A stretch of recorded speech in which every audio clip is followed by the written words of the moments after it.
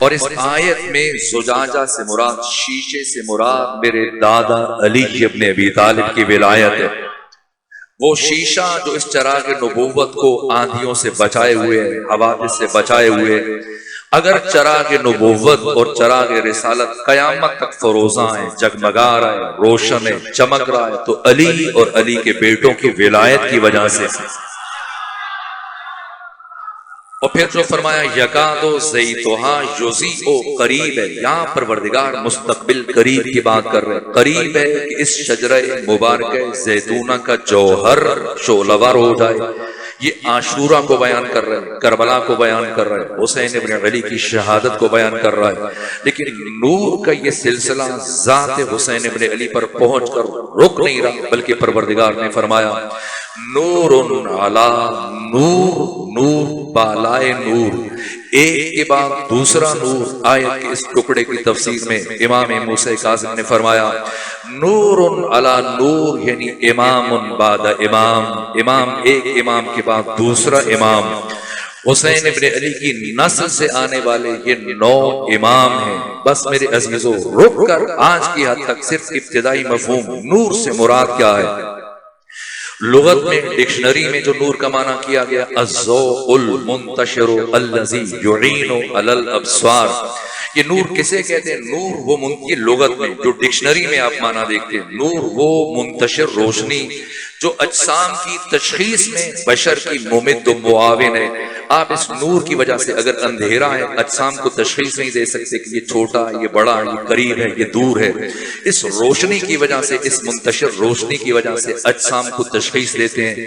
اگر فلسفے میں چلے جائیں تو فلسفہ میں جو نور کی تعریف کی گئی ظاہر لنفسہ ومظہر لغیرہ، اور حکمت متعالیہ کے بانی مرحوم ملا صدرہ نے جو نور کا مفہوم بیان کیا، نور وہ حقیقت کے ہر ایک جس کا محتاج ہے، اور وہ خود سب سے بے نیاز ہے۔ سب کو نور کی ضرورت ہے، لیکن خود نور کو کسی کی ضرورت نہیں ہے۔ اور اگر اب بھی کسی کے ذہن میں نور کا مفہوم نہ پہنچا ہو تو پھر آئیے خلیل بن احمد فراہیدی، وہ عظیم الشان شخصیت جن کا تعلق میرے مکتب سے نہیں، جن کی وفات 786 ہجری میں ہوئی۔ اس وقت عربی زبان میں جتنی بھی لغتیں ہیں، جتنی بھی ڈکشنریاں ہیں، جیسے لسان العرب ہے، فقہ اللغہ ہے، قاموس ہے، بحر المحیط ہے، مجمع البحرین ہے، منجد ہے، تمام کی تمام لغات، تمام کی تمام ڈکشنریاں، جس ڈکشنری اور لغت کو دیکھ کر لکھی گئی عربی زبان کی پہلی جامع ترین لغت، اسے خلیل بصری نے لکھا، جو سیبویہ جیسے امام النحو کے استاد خلیل بن احمد فراہیدی جن کی وفات 786 ہجری میں ہوئی، انہوں نے لغت کی عربی زبان کی پہلی ڈکشنری لکھی جس کا نام کتاب العین ہے۔ یہ خلیل بن احمد فراہیدی خلیل بصری، ان کا ایک معمول تھا کہ اٹھتے بیٹھتے ایک جملہ اپنی زبان سے ادا کیا کرتے تھے، کیا؟ علی امام الکل فی الکل، علی امام الکل فی الکل۔ لوگوں نے اعتراض کرنا شروع کیا کہ اے خلیل بصری، آپ اتنی بڑی بات کیوں کہتے ہیں؟ یہ چھوٹی بات نہیں ہے۔ اس بات کا اگر کوئی وزن کرنا چاہے، اگر برادران اہل تسنن تشریف فرمائے، کسی سنی عالم سے، خواہ وہ اہل حدیث ہے، دیوبندی ہے، بریلوی ہے، اسی طرح سے حنفی ہے، شافعی ہے، حنبلی ہے، مالکی ہے، کسی بھی اہل سنت عالم سے، دانشور سے پوچھیں، سوال کریں کہ آپ کسے اپنا امام مانتے ہو، تو اگر وہ آگاہ ہے، بابصیرت ہے، تو آپ سے پلٹ کر سوال پوچھے گا کہ کس چیز میں پوچھ رہے ہو۔ ظاہر کہ ہر شعبہ حیات میں امام الگ ہے۔ اگر فقہ میں بات ہو، کتاب الطہارت سے لے کر کتاب الدیان تک، تو 56 فقہ کی کتابیں ہیں، یہ 56 کتابیں جن میں لاکھوں احکام حلال و حرام بیان کیا گیا۔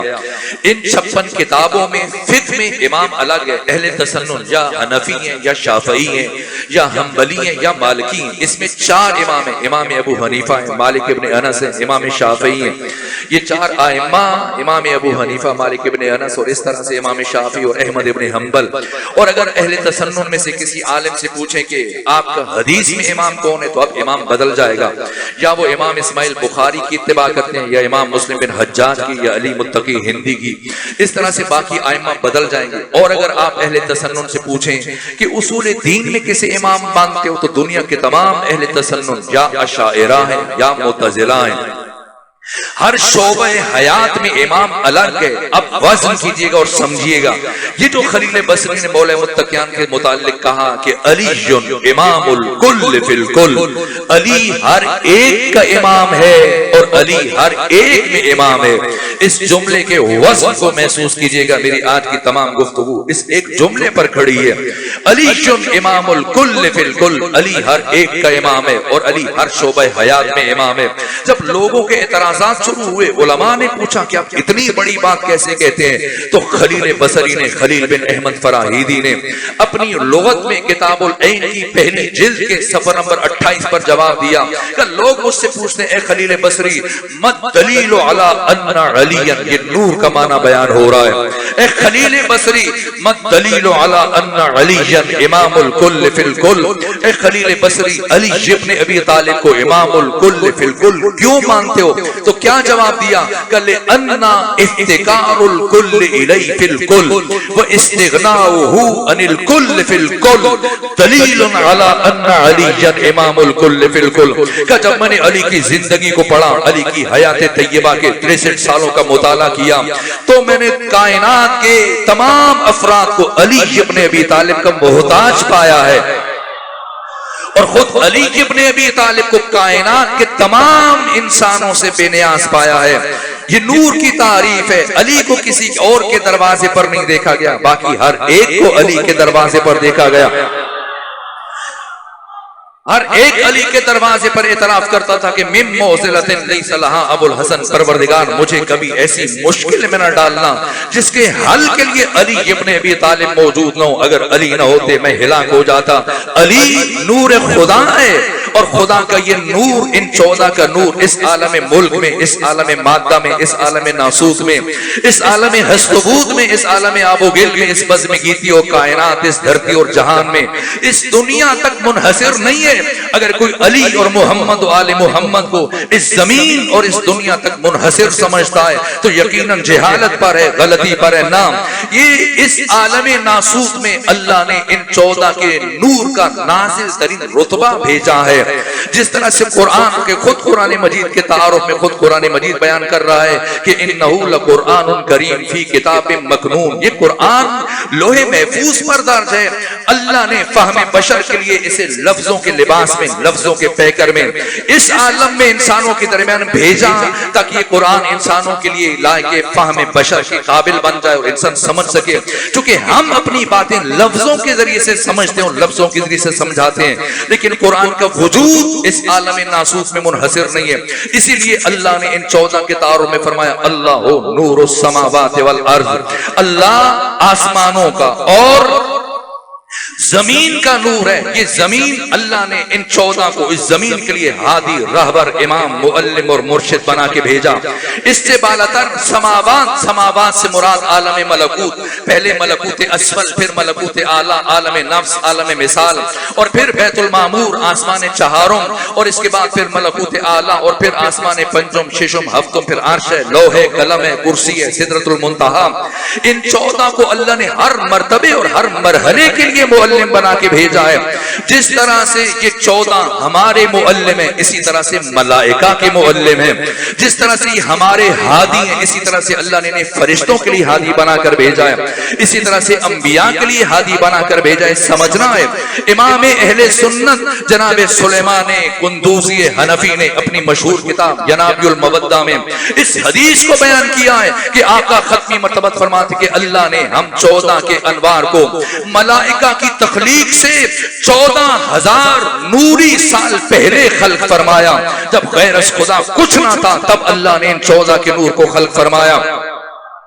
اور یہ 14 پہ ہم مسلسل 14,000 نوری سال اللہ کی تسبیح کرتے رہے، بندگی کرتے رہے، راز و نیاز میں مصروف رہے. اگر کوئی وزن سمجھنا چاہتا ہے نوری سال کسے کہتے ہیں؟ ایک قمری سال ہے محرم و سفر پر، ایک شمسی سال ہے جنوری فروری جن میں 10 دنوں کا فرق ہے. نوری سال کی مساحت کو اگر کوئی سمجھنا چاہتا ہے تو جو آئنسٹائن نے اس مادی دنیا میں نور کی مساحت بیان کی ہے، نوری سال کی مقدار کو اگر کوئی جاننا چاہتا ہے، نور کی مساحت 1 سیکنڈ سیکنڈ میں انسان 3 لاکھ کلومیٹر کا سفر طے کر سکتا ہے.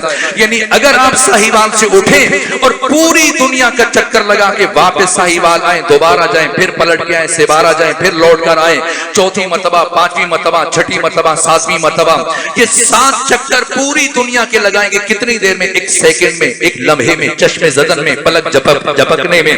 یہ نور کی رفتار ہے. اور کیا فرما رہے ہیں ختمی مرتبہ کہ اللہ نے جب ہم 14 کے انوار کو خلق کیا تو ہم مسلسل 14,000 نوری سال اللہ کی بندگی میں مصروف رہے, خدا کے ساتھ عبادت کرتے رہے, راز و نیاز میں مصروف رہے. یہاں تک کہ سلیمان قندوزی حنفی نے جناب المودہ میں لکھا کہ پھر پروردگار نے ملائکہ کو خلق کیا, فرشتوں کو خلق کیا, اور جیسے ہی پروردگار نے فرشتوں کو خلق کیا اور اپنی تخلیق کے فوراً بعد جب فرشتوں کی نگاہ ہم 14 کے نور پر پڑی تو انہوں نے خیال کیا, یہ پیغمبر فرما رہے ہیں, فَزَعَمُوا, انہوں نے خیال کیا شاید یہ 14 ہمارے خالق ہے. تو پیغمبر فرماتے ہیں جیسے ہی ان کے دلوں میں یہ خیال پیدا ہوا تو بلا فاصلہ سبحنا فسبحت الملائکہ, ہم نے فوراً خدا کی تسبیح شروع کر دی اور ہمیں دیکھ کر سن کر ملائکہ نے خدا کی تسبیح شروع کر دی.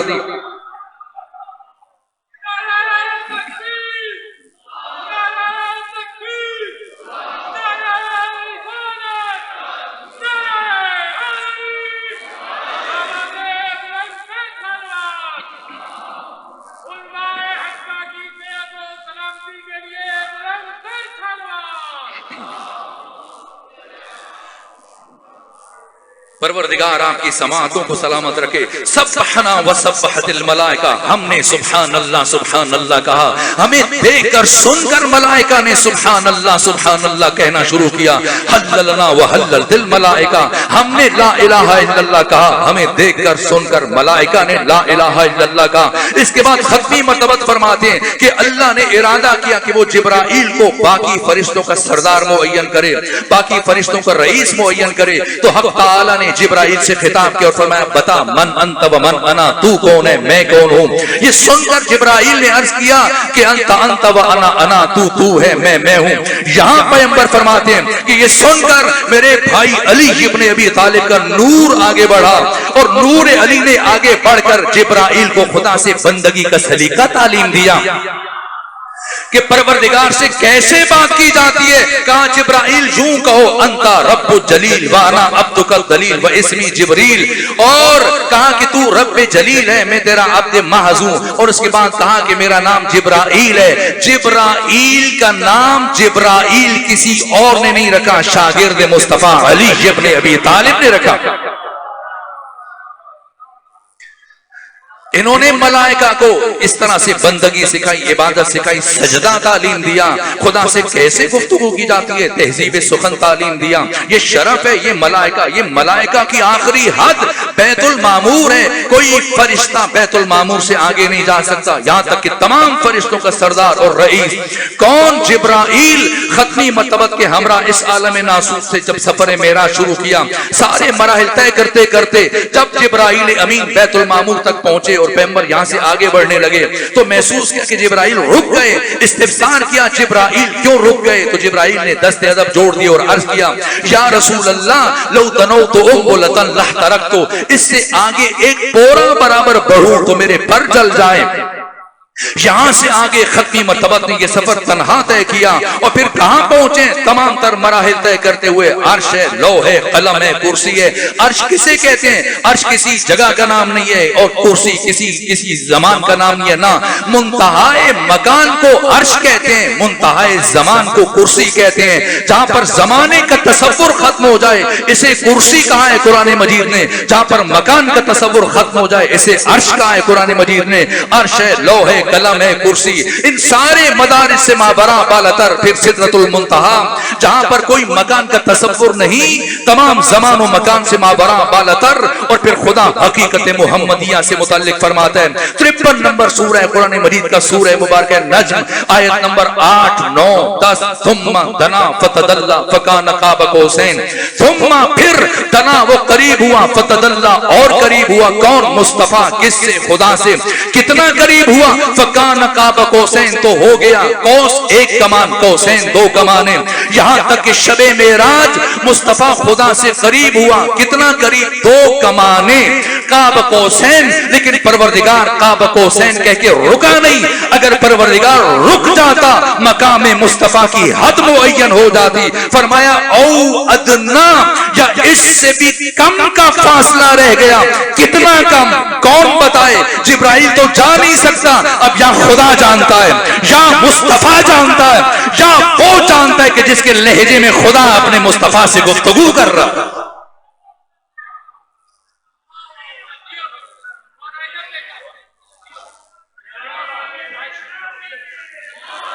یہ 14 جس طرح سے ہمارے معلم ہیں، جیسے ہمارے امام ہیں، جیسے ہمارے مرشد ہیں، جیسے ہمارے راہبر ہیں، جیسے ہمارے ہادی ہیں، اسی طرح سے اللہ نے ان 14 کو ملائکہ پر امام قرار دیا. یہ 14 ملائکہ کے معلم ہیں. ملائکہ نے انہیں نہیں سکھایا، انہوں نے ملائکہ کو سکھایا ہے. ملائکہ پر اللہ نے ان کی تعظیم کو واجب قرار دیا. یہاں تک کہ ختمی مرتبہ جب معراج پر تشریف لے کر جا رہے تھے اور بیت المعمور آسمان چہارم، جہاں پر پروردگار نے فرشتوں کو رکھا، جہاں پر پروردگار نے انبیاء کی ارواح کو رکھا، اور جہاں پر اللہ نے جنت کو رکھا ہے، جب ختمی مرتبہ بیت المعمور پہنچے آسمان چہارم ملکوت اعلیٰ، تو فرشتوں نے خدا سے خواہش کی، کہنے لگے پروردگار ہماری خواہش ہے کہ ہم جمال مصطفیٰ کا قریب سے مشاہدہ کریں. اذن پروردگار عطا ہوا. فرشتوں نے صفیں بنائی اور پیغمبر گرامی اسلام فرشتوں کے درمیان سے گزرتے ہوئے آگے بڑھ رہے ہیں، اور تمام فرشتوں کے سر جھکے ہوئے، اور ہر فرشتے کی زبان سے سلام سلام سلام کی آوازیں بلند ہو رہی ہیں. یہاں تک کہ امیر المومنین فرماتے ہیں کہ اگر جاننا چاہتے ہو کہ تمہارے سامنے بیٹھا ہوا شخص شریف ہے یا کمینہ ہے، کم ظرف ہے یا شریف ہے، تو اس کی شرافت کو جاننے کے لیے اس کے سامنے نام محمد اپنی زبان سے ادا کیا کرو. اگر یہ نام سن کر اس کا سر تعظیماً جھک جائے تو سمجھو شریف ہے، اور اگر سر نہ جھکے تو سمجھو کم ظرف اور کمینہ ہے. ختمی مرتبہ جہاں جہاں سے گزر رہے ہیں فرشتوں کے سر جھکے ہوئے سلام سلام کی آوازیں بلند ہو رہی ہیں. یہاں تک ایک فرشتے کے قریب سے گزرے جس کا نام سن کر چہروں پر اداسی آ جاتی ہے، اور جس گلی سے یہ فرشتہ ایک مرتبہ گزر جائے ایک مرتبہ گریے کی آواز بلند ہوتی ہے، اور کئی دن تک گریے کی آواز بلند رہتی ہے. کون؟ اسرائیل. جیسے ہی پیغمبر آگے بڑھنے لگے اسرائیل نے دست عزب جوڑ دیے اور عرض کیا یا رسول اللہ جب زمین پر تشریف لے کر جائیں تو اپنے بھائی علی ابن ابی طالب کی خدمت میں میرا سلام عرض کیجئے گا. پیغمبر اسلام نے پوچھا اے اسرائیل اتعرف علی ابن ابی طالب، جانتے ہو کہ علی کون ہے؟ تو کیا جواب دیا؟ فکیف لا اعرفہ یا رسول اللہ، یا رسول اللہ میں علی کو کیسے نہ پہچانوں؟ لقد امرنی اللہ، در حالی کہ اللہ نے مجھے یہ حکم دے رکھا ہے اللہ اقبض روح شیعت علی ابن ابی طالب الا باذنہ، کہ میں علی ابن ابی طالب کے کسی بھی شیعہ کی روح کو اس وقت تک قبض نہ کروں جب تک کہ علی کی طرف سے اجازت نہ آ جائے.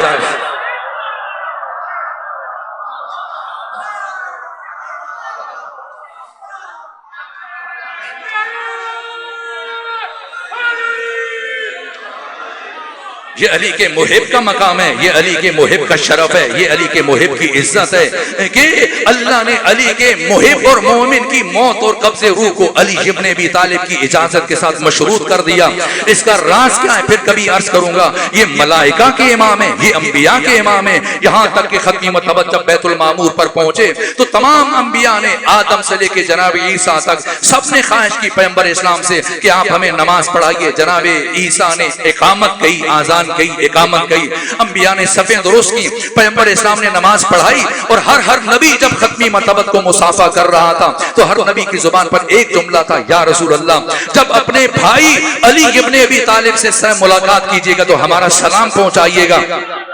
یہ علی کی عزت ہے. علی نور خدا ہر ایک جس کا محتاج ہے، اور وہ خود سب سے بے نیاز ہے. علی ملائکہ کے معلم ہے، علی فرشتوں کے مشکل کشا ہیں، علی انبیاء کے مشکل کشا ہیں. یہاں تک کہ جب انبیاء کی بات کر رہا ہوں تو اب قرآن باقیوں کے لیے حجت قرار نہیں پا سکتا. اگر عیسائی ہے تو وہ قرآن کو نہیں مانے گا. اب میں عیسیٰ کی بات کروں، باقی انبیاء کی بات کروں، انبیاء ما سبق کی بات کروں، پھر تورات سے بات ہونی چاہیے، پھر انجیل سے بات ہونی چاہیے، پھر زبور سے بات بات ہونی چاہیے. تو انجیل مدتی کی یہ ڈیجیٹل بٹیرا آپ کی جیبوں میں موجود ہے, اسے نکالیے اور سرچ کیجئے انجیل مدتی کی 46واں باب 27ویں آیت. It's about 3 o'clock Jesus cried out with loud shout, Eli Eli Eli lema sabaqtani. یہ آیت آج بھی موجود ہے انجیل میں کہ جب عیسیٰ کو پھانسی دینے کے لیے لے کر گئے آدھی رات میں, ایک مرتبہ پھانسی دینے کے لیے, تو ایک مرتبہ عیسیٰ نے پوری طاقت سے کہا ایلی میری مدد کو آئیے.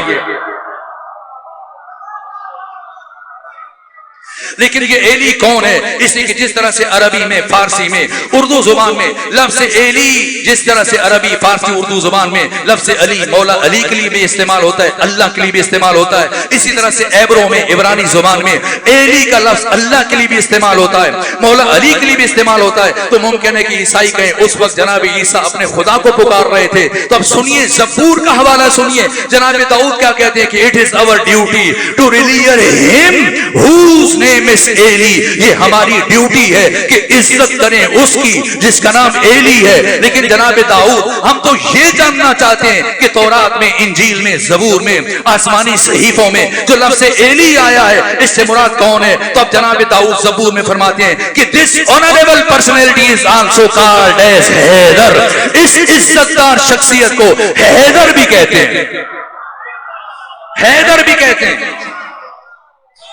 کون حیدر؟ حیدر از دی ہیلپر آف ہیلپ لیس. وہ حیدر کے جو بے سہاروں کا سہارا ہے, اس لائک کا لائن کہ جو شیر کی طرح دلیر ہے. اے جناب داؤد کوئی اور علامت بیان کیجئے. کہاں ایسی علامت کہ قیامت تک کوئی انکار نہیں کر سکتا.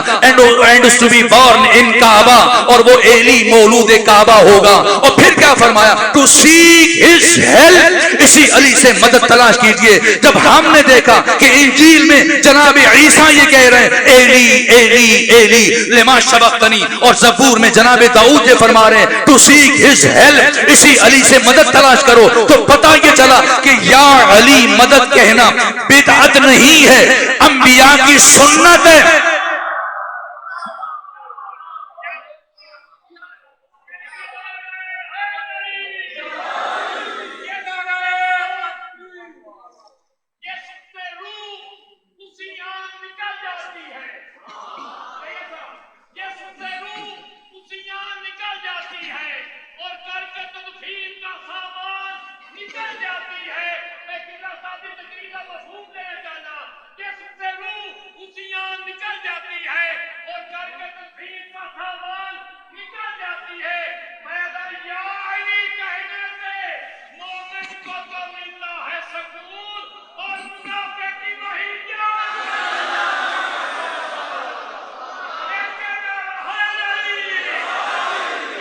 یہ پیغمبر اسلام نے فرمایا یا علی لا یحبک الا طاہر الولادہ ولا یبغضک الا خبیث الولادہ. اے علی تجھ سے محبت صرف وہی رکھے گا جس کی ولادت میں طہارت ہوگی, اور علی تجھ سے نفرت صرف وہی رکھے گا جس کی ولادت میں نجاست ہوگی.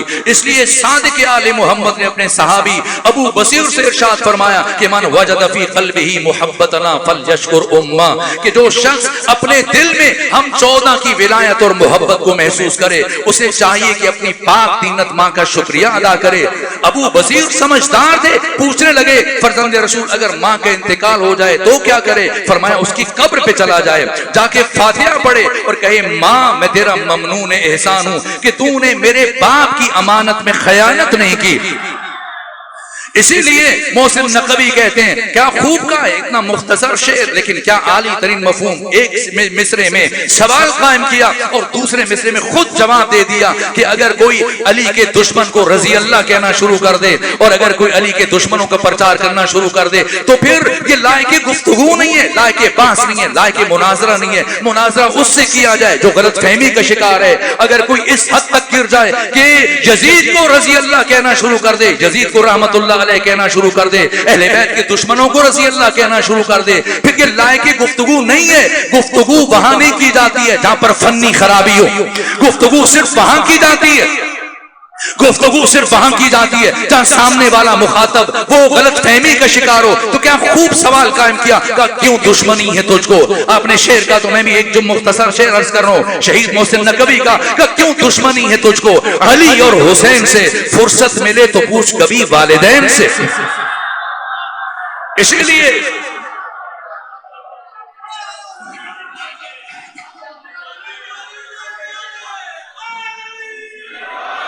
یہ حدیث کے ساتھ جو جابر بن عبداللہ انصاری نے نقل کر کے ہم تک پہنچائیے، یہ جابر بن عبداللہ انصاری روایت کرتے ہیں کہ 7 ہجری میں جنگ خیبر فتح ہوئی، اور جنگ خیبر کی کامیابی کے بعد جب پیغمبر لوٹ کر واپس مدینہ آئے تو پھر 4 سال میں اکثر پیغمبر اسلام اپنے صحابہ کو یہ جملہ ارشاد فرمایا کرتے تھے کہ میرے صحابہ اپنے چھوٹے بچوں کو اٹھا کر ایسی گلی میں چلے جاؤ، چوراہے میں جہاں سامنے سے علی ابن ابی طالب کا گزر ہو رہا ہو، اور جب علی قریب پہنچے تو تم اپنے بچے سے علی کی طرف اشارہ کر کے پوچھو اتحب ھذا الفتى، کیا تمہیں اس جوان سے محبت ہے؟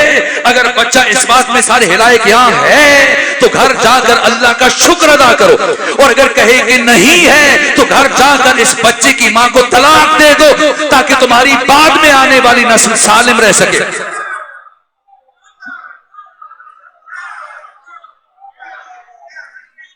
اس لیے ہم نے دیکھا یا علی مدد کہنا، اور بس 2 جملے اور عرض کروں، جناب عیسیٰ نے تورات میں انجیل میں یہ کہا کہ ایلی ایلی لما شبقتنی، ایلی میری مدد کو آئیے، اور ہم نے دیکھا زبور میں جناب داؤد یہ فرما رہے ہیں ٹو سیک ہز ہیلپ، اسی علی سے مدد تلاش کرو۔ تو میں یہ عرض کر رہا تھا کہ اب ہم نے دیکھا تو یا علی مدد کہنا بدعت نہیں ہے، انبیاء کی سنت ہے، اور مومن اسے سلام کے ذکر کے ساتھ اپنی زبان سے اس لیے جاری کر دیتا ہے تاکہ سامنے والے کا امتحان ہو جائے، کسی مومن سے ملاقات ہو رہی ہے یا کسی منافق سے ملاقات ہو رہی ہے۔ ان 14 کی ولایت، بس آخری جملہ عرض کر رہا ہوں، یہ 14 نور خدا ہیں، ان کی ولایت حق تعالی کی ولایت کا ناگزیر تکملہ ہے، ناگزیر تتمہ ہے، جو امام احمد ابن حنبل نے کہا ہے، جو 20 احادیث اس موضوع پر ہیں، جو پیغمبر اسلام فرماتے کہ ولایت علی ولایت اللہ حب اللہ، علی کی ولایت خود خدا کی ولایت ہے۔ علی سے محبت رکھنا ایسا ہی ہے جیسے خود خدا سے محبت رکھنا۔ اور اسے خود بس آخری جملہ عرض کر رہا ہوں، امام علی ابن موسیٰ الرضا نے بازار نیشاپور میں 200 ہجری میں ارشاد فرمایا، جب مامون الرشید نے آپ کو ولایت عہدی کی دعوت دی اور آپ نے مدینے سے خراسان کا سفر کیا اور نیشاپور جب پہنچے بازار نیشاپور تو سرکاری سطح پر آپ کا استقبال کیا گیا، اور ہزاروں لوگ، لکھا گیا تاریخوں میں کہ 1 لاکھ سے زیادہ افراد موجود تھے، اور جیسے امام پہنچے بڑے بڑے افاضل، جہاں تک کہ علماء اہل تسنن نے لکھا کہ 24,000 سے لے کر 28,000 قلمدان، محدث، تاریخ لکھنے والے یہ بازار نیشاپور میں جمع تھے، اور ان سب کی موجودگی میں جیسے امام علی ابن موسیٰ الرضا بازار نیشاپور میں پہنچے تو متعدد سواریاں تھیں اور اماریوں کے آگے پردہ حائل تھا، اس لیے کہ امام کی جان کو خطرہ تھا، اور کچھ منافق تھے جو امام کو نقصان پہنچانا چاہ رہے تھے۔ اب حاضرین ہزاروں کی تعداد جو کئی دنوں سے اور کئی گھنٹوں سے مسلسل انتظار کر رہے تھے، اب نہیں معلوم کہ امام کون سی اماری میں سوار ہے، اس لیے کہ ہر اماری کے اوپر پردہ گرا ہوا۔ تو اب جیسے یہ سواریاں داخل ہوئی، ایک مرتبہ حاضرین کی طرف سے شور اٹھا، فرزند رسول رخ جمال سے پردہ ہٹائیے تاکہ آپ کی زیارت سے مشرف ہو سکے۔ یہاں تک کہ ایک اماری کے آگے سے پردہ ہٹا، اور جس کی نگاہ امام علی ابن موسیٰ الرضا کے چہرے پر پڑ رہی تھی، بے ساختہ اس کی آنکھوں سے اشک جاری ہوئے، یہاں تک کہ گریے کی آوازیں بلند ہوئی، اور امام علی ابن موسیٰ الرضا نے اس اماری کے پردے کو گرا دیا۔ آگے چلے، دوبارہ مجمع سے شور اٹھا، اور پھر اصرار ہوا، فرزند رسول اپنے رخ جمال کی زیارت تو عطا کر دی، اب کوئی حدیث بھی بیان کر دیجیے۔ ایک مرتبہ دوبارہ پردہ ہٹایا اور فرمایا، سنو، مجھ سے میرے بابا موسیٰ کاظم نے، ان سے ان کے بابا جعفر صادق نے، ان سے ان کے بابا محمد باقر نے، ان سے ان کے بابا علی زین العابدین نے، ان سے ان کے بابا حسین ابن علی نے، ان سے ان کے بھائی حسن مجتبیٰ نے، ان سے ان کے بابا علی ابن ابی طالب نے، ان سے پیغمبر گرامی اسلام نے، اور ان سے اللہ نے یہ فرمایا۔ وزن کریں گے، شاید ہم وزن نہ کر سکیں۔ اس محفل میں امام احمد ابن حنبل موجود تھے، جن کی وفات 241 ہجری میں ہوئی، 2.5 لاکھ حدیث کے حافظ ہیں۔ آپ جا کر محققین سے پوچھیں، اہل تسنن کے 4 امام ہیں، امام شافعی ہیں، امام ابو حنیفہ نعمان بن ثابت، مالک ابن انس اور امام احمد ابن حنبل، باقی تین ائمہ کی مل کر وہ حیثیت دی جو امام احمد ابن حنبل کی حیثیت. 2.5 لاکھ کا حدیث کے حافظ ہیں. یہ خود بازار نشاپور میں موجود ہیں. امام مسلم بن حجاج، امام اسماعیل بخاری جنہوں نے صحیح بخاری اور صحیح مسلم لکھی، ان کے استاد یحییٰ بن معین اور 28,000 محدث موجود ہیں. خود احمد ابن حنبل یہ عظیم الشان محدث جنہوں نے امام علی ابن موسیٰ رضا کی امامت کے وقت ان کی عمر 19.5 سال تھی. بازار نشاپور میں ان کی عمر 36.5 سال تھی. امام کی شہادت کے وقت ان کی عمر 40 سال تھی. یہ عظیم الشان محدث جو بازار نشاپور میں موجود تھے، اس سلسلہ سند سے متعلق جو جملہ کہا کہ بازار نشاپور میں علی ابن موسیٰ رضا نے خود سے خدا تک جو خوبصورت اور پاکیزہ نام اپنی زبان پر جاری فرمایا، یہ سلسلۃ الذہب. بس آخری جملہ عرض کر رہا ہوں، اب سینے میں سکت نہیں ہو، سفر درپیش. ہر محدث کا سلسلۃ الذہب الگ ہے. جیسے ام المومنین عائشہ، اگر ام المومنین عائشہ سے 1000 محدث حدیث نقل کریں، دنیا حدیث میں اگر اہل حدیث برادران تشریف فرمائے، کسی محدث کی حدیث کو وہ اہمیت نہیں دی جائے گی جو ان کا بھانجا عروہ بن زبیر ان سے حدیث نقل کرے. عروہ بن زبیر سے آگے 1000 محدث حدیث نقل کریں، کسی محدث کی حدیث کو اہمیت نہیں دی جائے گی جو محمد ابن مسلم ابن شہاب زہری عروہ بن زبیر سے حدیث نقل کرے. یہ ام المومنین عائشہ کا سلسلۃ الذہب ہے. اور یہ سلسلۃ الذہب امام علی ابن موسیٰ رضا کا کہ خود سے خدا تک پہنچے، اس سلسلے سے متعلق وزن کیجئے گا. امام احمد ابن حنبل جو بازار نشاپور میں موجود تھے، 2.5 لاکھ حدیث کے حافظ، ان کی عمر 36.5 سال تھی. اس موقع پر یہ تاریخی جملہ ارشاد فرمایا کہ علی ابن موسیٰ رضا نے بازار نشاپور میں جو خوبصورت اور پاکیزہ اور نورانی نام اپنی زبان پر جاری کیے، اگر ان ناموں کو اسی ترتیب سے پڑھ کر کسی پاگل اور دیوانے پر دم کر دیا جائے تو اسے شفا حاصل ہو جائے.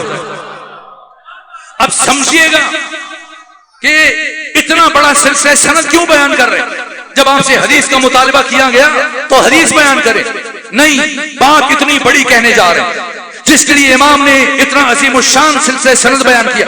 لوگ سمجھتے ہیں صرف لا الہ الا اللہ کی مشقیں کرنے سے انسان موحد بن جاتا ہے، توحید پرست بن جاتا ہے. آئیں سمجھیں بس آخری جملہ آیت نور کے تناظر میں حقیقت توحید کیا ہے، روح توحید کیا ہے، کمال توحید کیا ہے. امام علی ابن موسیٰ رضا نے بازار نشاپور میں نصاب توحید کو بیان کیا.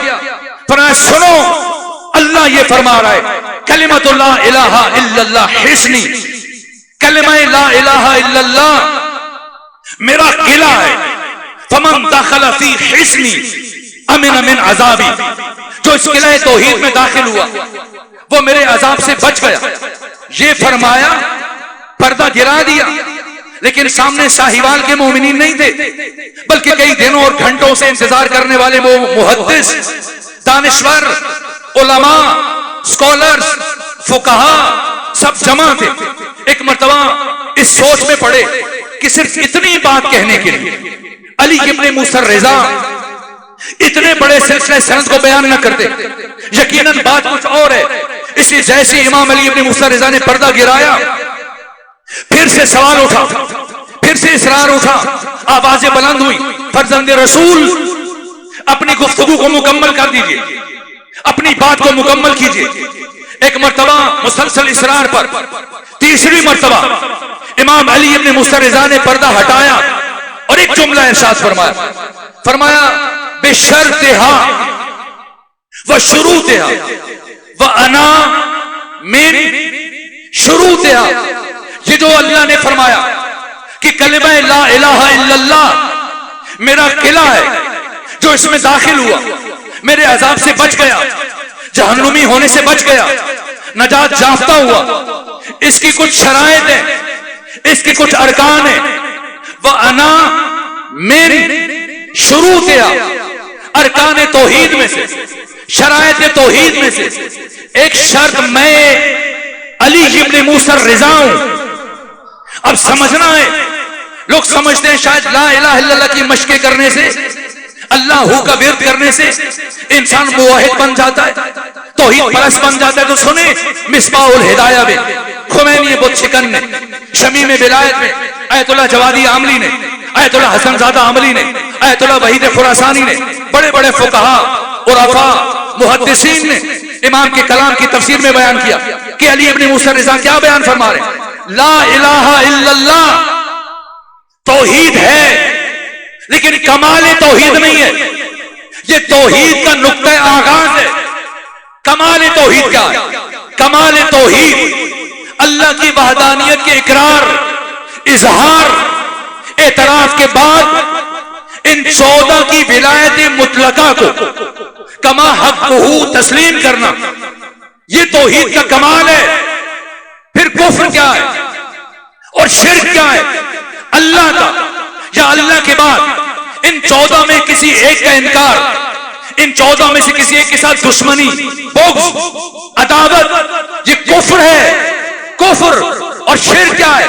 شرک ان 14 کے علاوہ کائنات کے کسی بھی 15ویں انسان کو اٹھا کر ان کی صف میں شامل کرنے کی کوشش کرنا، یہ شرک ہے.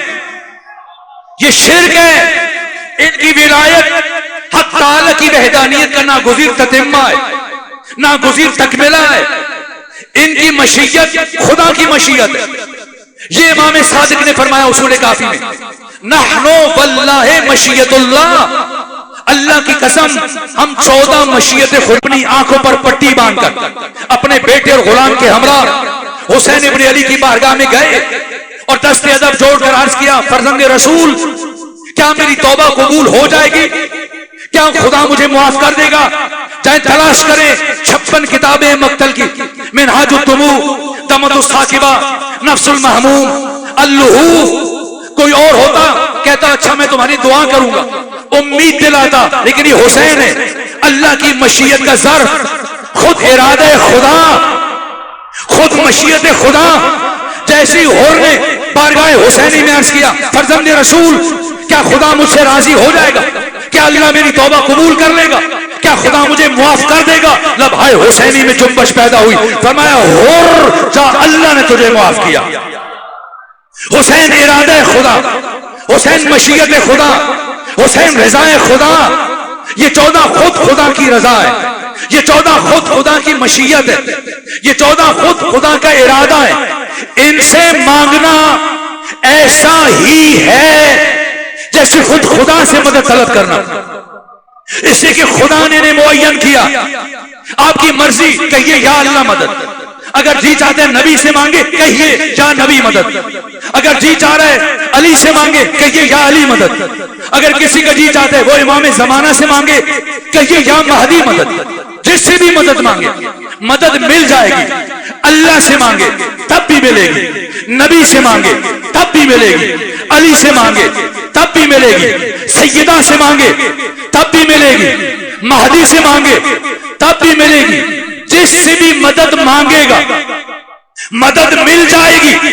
لیکن اگر کوئی بدبخت اپنے دل میں علی ابن ابی طالب کا بغض رکھتے ہوئے یا اللہ مدد کہے گا، مدد تو نہیں ملے گی، لعنت یقیناً مل جائے گی.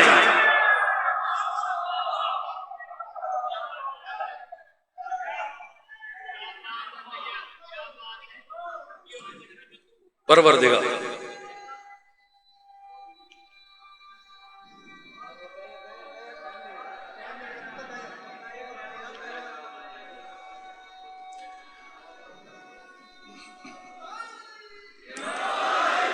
شرمندہ ہوں، سینے میں سکت نہیں تو وقت میں گنجائش بھی نہیں تھی، سفر درپیش ہے اور یہیں پر رک رہا ہوں. علی کائنات کی مشکل کشا ہے، علی انبیاء کی مشکل کشا ہے، علی ملائکہ کی مشکل کشا ہے. اور 19 رمضان المبارک سحر میں امیر المومنین کے سر اقدس کو شگافتہ کیا گیا. 19 کا دن گزرا اور پھر 19 اور 20 کی درمیانی شب آئی. پھر 20 رمضان المبارک کا دن گزرا اور 20 اور 21 کی درمیانی شب آئی. شب شہادت امیر المومنین اور سحر سے کچھ پہلے امیر المومنین نے اپنی اولاد کو وصیتیں فرمانا شروع کی. امام حسن کو وصیت فرمائی، امام حسین کو وصیت فرمائی، ازواج کو، ام البنین کو، باقی بیویوں کو وصیت فرمائی، اور سب سے آخر میں اپنی شیر دل بیٹی عقیلہ بنی ہاشم ثانی زہرا کو قریب بلایا، اور کائنات انسانی کے سب سے بڑے خطیب امیر المومنین علی ابن ابی طالب وارث منبر سنونی اب آپ کی زبان لڑکھڑا رہی ہے اور آنکھوں سے اشک جاری ہے. علی کچھ کہنا چاہتے ہیں لیکن کہہ نہیں پا رہے.